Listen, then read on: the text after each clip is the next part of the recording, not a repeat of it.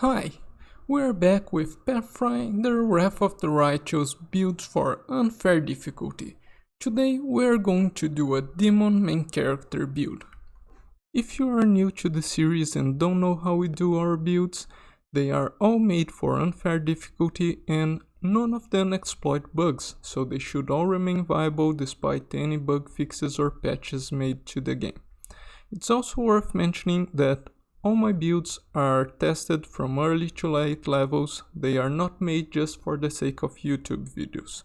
I do them firstly for my own unfair playthroughs, and it's very important to me that they are actually effective at every level in the game, so I can actually get through with my playthroughs and not just remain the helm of theory crafting. Because this is a turn-based system, but the game is real time with pause, sometimes builds don't go as I'd expect them, and that's why I think the testing is important, so I can both bring you the best builds and actually be able to beat the game on unfair difficulty, which is my main goal.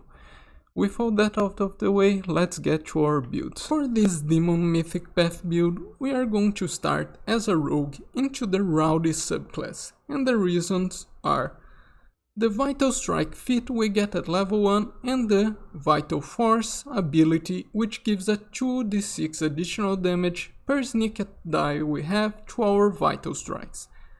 Because we start as a Rowdy rogue, we are extremely powerful early on, and the first few areas of the game should be a cakewalk. Our race is going to be all red, and our heritage Iron Soul. The main reason is the Lead Blade spell. This increases our weapon damage, which makes our Vital Strikes even better. For our background I chose Smith because of the +1 bonus to Fortitude, but if you want to choose something else for role-playing reasons, feel free, it won't change things too much. Ability points. Our two most important scores are Strength, which I wouldn't recommend going lower than 18, and Wisdom, which I also wouldn't recommend going lower than 15. Wisdom is going to be used when we take levels into the Shaman class, and Strength is our main damage stat. Now it's also important that you have an intelligence of at least 13 because we are going to take levels into Alchemist and we need intelligence to cast Alchemist spells. For skill points you can choose whatever you want, they don't matter, at least not for now. And lastly, our feat is going to be Power Attack to increase the damage of our Vital Strikes even further. At level 2, we already take our first multi-class into Alchemist Vivisectionist. There are 3 good things we get out of that, the first one being 1 extra die of sneak attack, the second one is a mutagen, and the third is the True Strike spell, which is going to be our most used spell for this build. Also remember that each die of sneak attack adds 2d6 to our Vital Strikes damage because of our Rowdy Rogue first level pick. Here, let's take a look at how this build does at level 2. We are going to try and take down the Water Elemental. I don't want to chew here. Using our buffs, Lead Blades, our Mutagem, Enlarge Person, I already cast a True Strike and Leopard is here to tank for us, while Camellia is here to cast Protective Luck on the Leopard. And you can see a very nice 57 hit against the Water Elemental.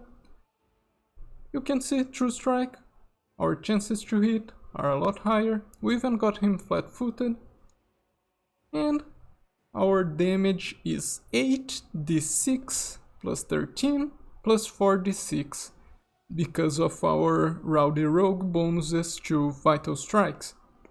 So 12d6 plus 13. Very solid damage. Now we cast another True Strike and hope that our Leopard can survive long enough, which he should. Water Elemental doesn't have a very high chance of hitting.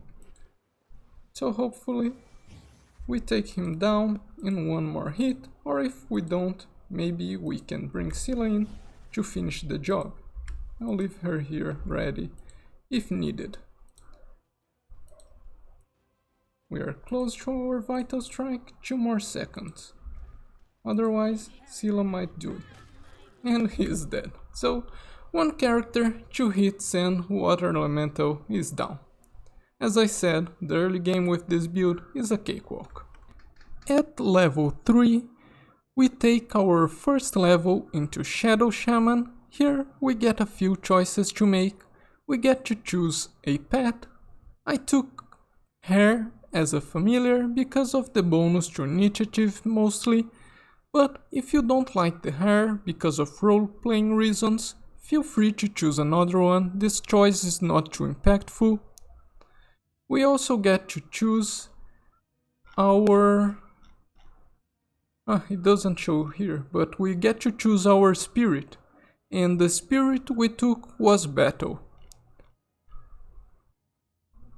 We take also at level 3 a feat. It's going to be Skill Focus Knowledge Word. We are going to take a level into Lore Master later, so we need either Skill Focus Knowledge Word or Skill Focus Knowledge Arcana. You can choose either one.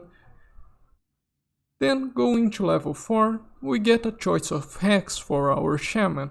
And we are going to take a secret for Meta Magic Heightened Spell. This is also a requirement for the Lore Master Prestige class.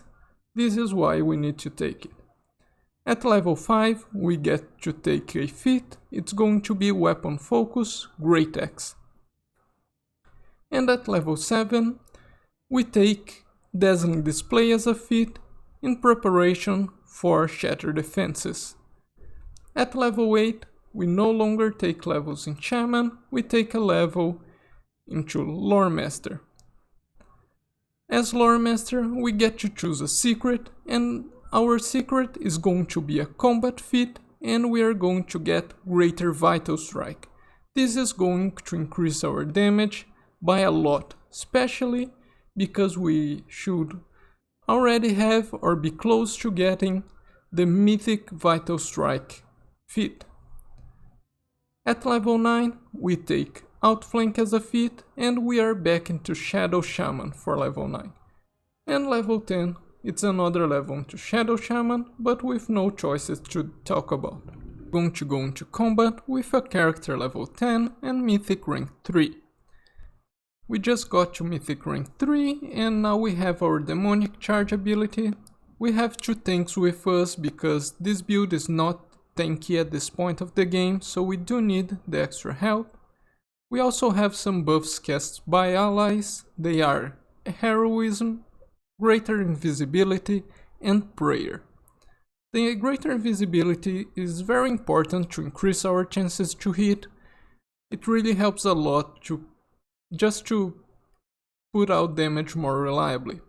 Here you can see our first hit coming in, and our damage is not bad, and neither are our chances to hit, especially because of the flat-footed given by the Greater Invisibility, and the damage is relatively high because of the Greater Vital Strike which we are using.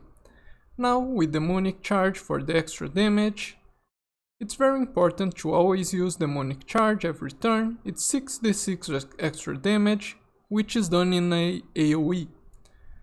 So here we start attacking the second Colux, because we hope to kill the first one with our Demonic Charge damage. He's already low, we already got a hit on the first one, so maybe he will die without the need to spend another hit on him. A third Demonic Charge should almost be enough, but one got away. So let's finish this one with our last hit. And now there's only one left. Scylla will probably tank him for long enough. We can also Demonic Charge close to him for the extra damage. And hit. Now he's already at half health. Here he starts trying to go for us, but because of greater invisibility he misses, and a last attack for 200 damage finishes him off. Going to level 11, we get a feat which is going to be Shatter Defenses. Now we can hit enemies much more reliably, and we also get to Shaman level 8, and we take another Hex, which is going to be Battle Master. Battle Master immediately gives us a choice of weapon specialization, and we take Great Axe. Then we keep going until 13, where we get a choice for feat, Accomplished Sneak Attacker, and another Hex, and we take Fortune here. Going forward, we take Improved Critical Great Axe as a feat, and also Chant as a Hex. Now we can keep Fortune up for longer if we take some turns to use Chant instead of our Demonic Charge. At level 17, we get another feat, Cleave, and at level 19 we take Cleaving Finish. We also get another choice of Hex, and we take Hampering Hex. This way we can lower enemies AC if we need to. At this level we also get Greater Weapon Focus, Great Axe, from the Battle Master Hex as well. Here you should also have a stealth rank of 5. You are going to need a stealth rank of 5 for our next level up, so make sure that during these 10 last levels you take at least 5 ranks into stealth, because our last level is going to be into assassin, and the only reason for that is the extra sneak attack die that will increase our damage because of the Rowdy Rogue ability. In our mythic levels, we start at level 1 with Last Stand. This is a melee based build, so Last Stand is gonna be very helpful. And we also take Bit of Fun. Because of the mirror image like spell, we are able to also have another defensive option to keep us alive for longer. At level 2, we take Vital Strike Mythic. This is a very nice increase to our damage. And at Mythic level 3, here there's a bug, it's not showing correctly. I actually took Enduring Spells and not Last Stand. So at Mythic rank 3, we take Enduring Spells. At Mythic rank 4, there's another bug. I did not take Vital Strike Mythic, here I took Sneak Attack Mythic. So here it's showing wrong, it should be Sneak Attack Mythic. At level 5, we also get a choice of aspect here. I start with Aspect of the Babao, because this is the highest increase to our damage of the available aspects. And then into Mythic level 5, we take Greater Enduring Spells. We also get to choose another aspect, and here I take Sheer. Because of the bonus to attack, it increases our chances to hit. And now we are able to use 2 minor aspects at once during our Demonic Rage. At level 6, I take Power Attack Mythic for the increase on damage, and also Aspect of the Incubus. These are our 3 main aspects, and the other minor aspects don't really matter for us. At level 7, we take Rupture Restraints as an ability, and as our major demonic aspects, we take Aspect of the Vavakia for the bonus to strength and also the AoE damage it provides. And as a second aspect, we take Aspect of the Colossus. Aspect of the Colossus gives us the ability to cast spells as a move action. So this way, if we are fighting a boss which we have a hard time overcoming the AC, we can use Aspect of the Colossus to cast True Strike and attack during the same turn. Then into level 7, we get to choose Weapon Focus Mythic Great Axe, because we get both Weapon Focus and Greater Weapon Focus, this is a +2 bonus to our attack. At level 9, we get to choose another major demonic aspect, and we take Baylor, just because this is going to give us a bonus to Constitution even when we are not using the aspect. And Constitution both increases our HP and our Fortitude saving throws, but here it's mostly for the HP and the survivability it provides. For our ability, we are going to take a second spirit and we are going to choose Bones. The reason is Shedding Form. This gives us the ability to become incorporeal for a certain number of rounds. And incorporeal is a very powerful condition. Don't know if it shows here. It shows. It makes us immune to a lot of types of damage. It also provides us a +15 deflection bonus to AC, immunity to critical. It's a very strong buff to have. And now we can actually tank some fights just by being incorporeal.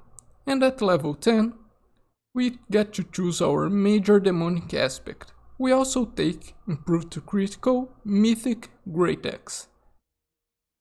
And the major demonic aspect is going to be aspect of Noticula.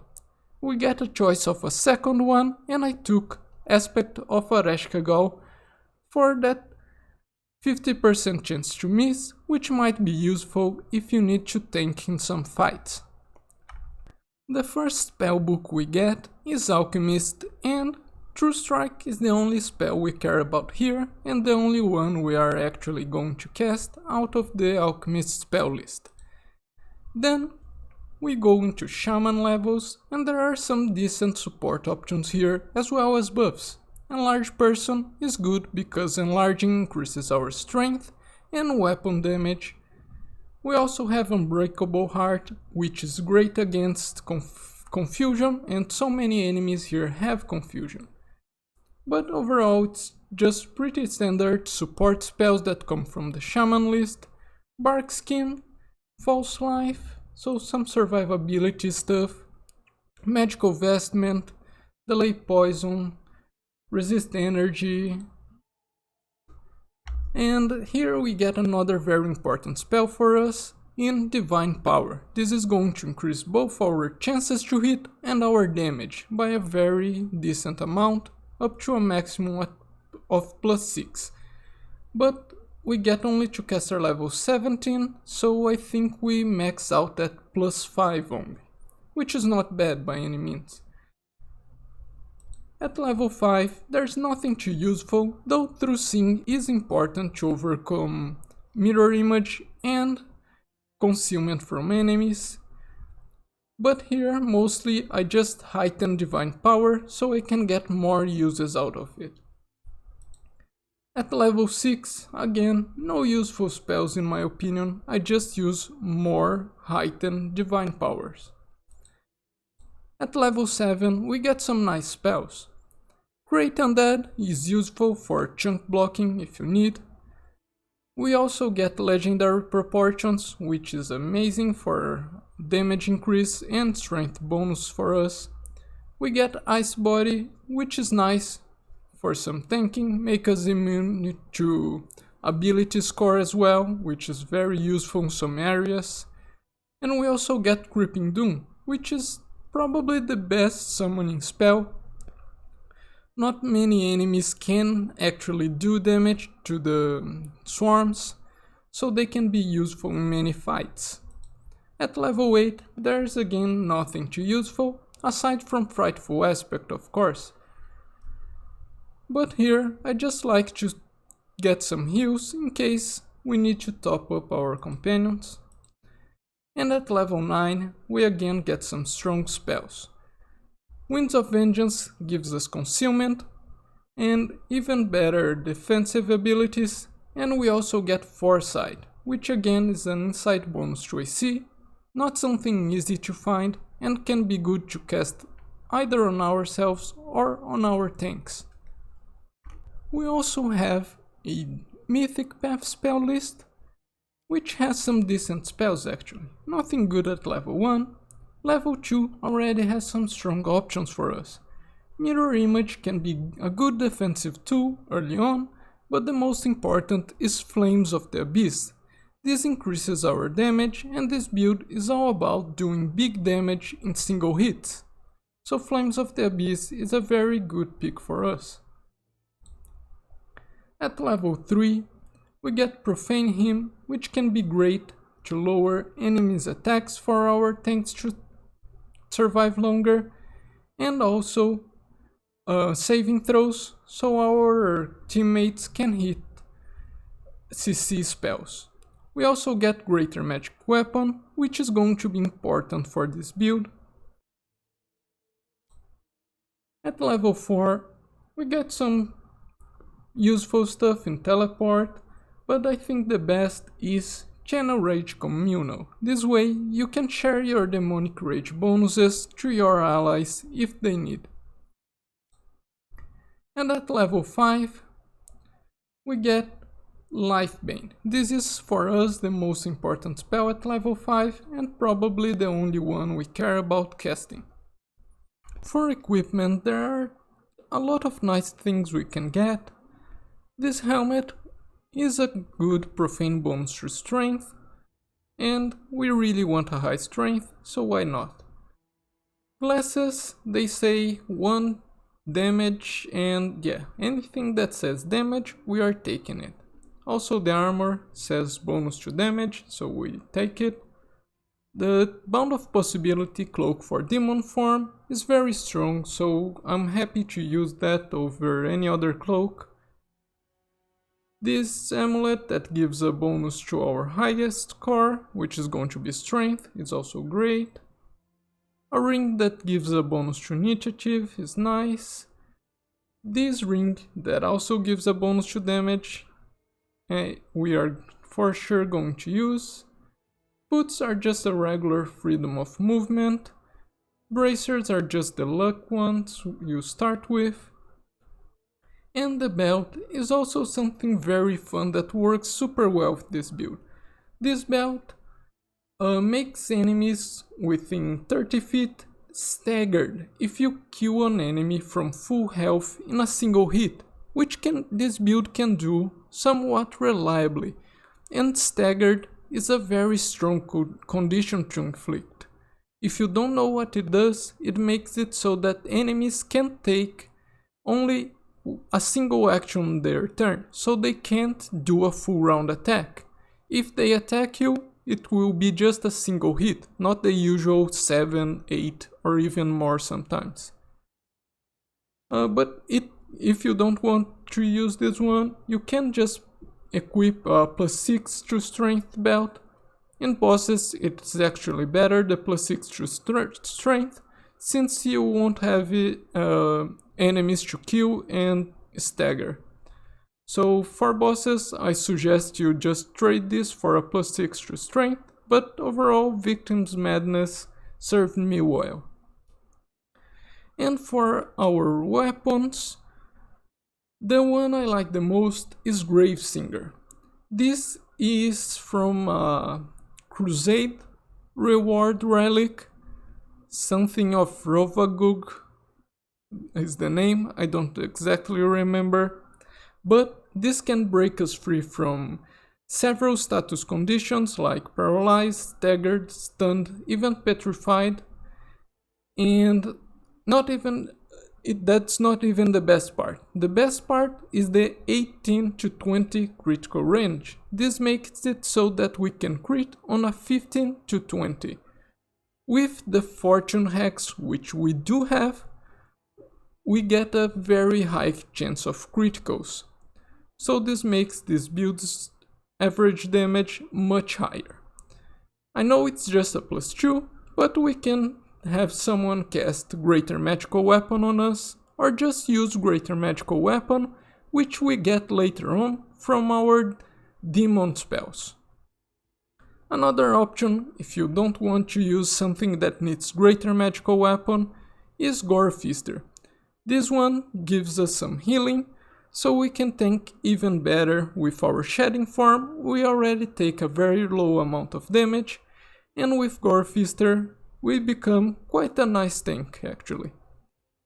And if you don't have anyone better to wear it, Crimson Banner fits this build nice, especially if you choose to go with the Gravesinger higher critical threat range.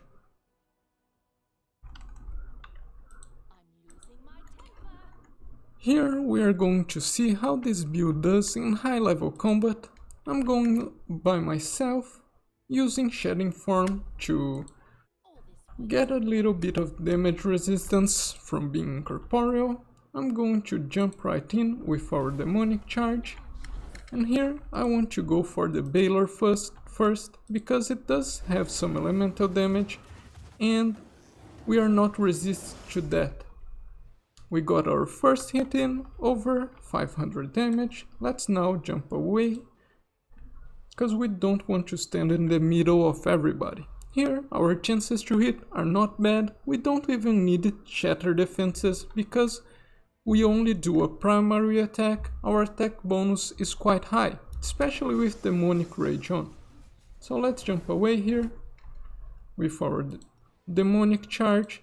In the process, we do 20d6 damage to everyone that's near. And now we go for the Baylor again. The Baylor is already down.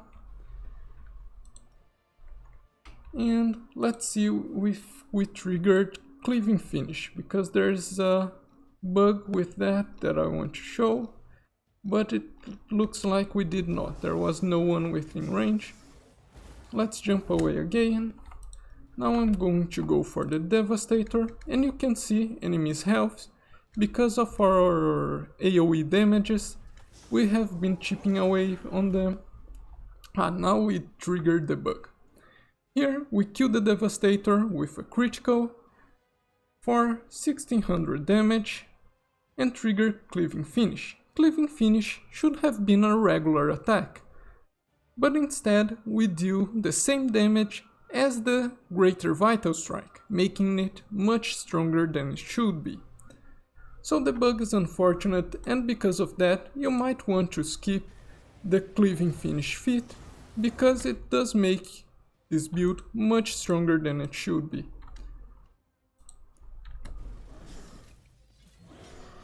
Here we finally kill the Devastator, and now the remaining enemies should be no problem, since they deal almost no damage to us because of our incorporeal form.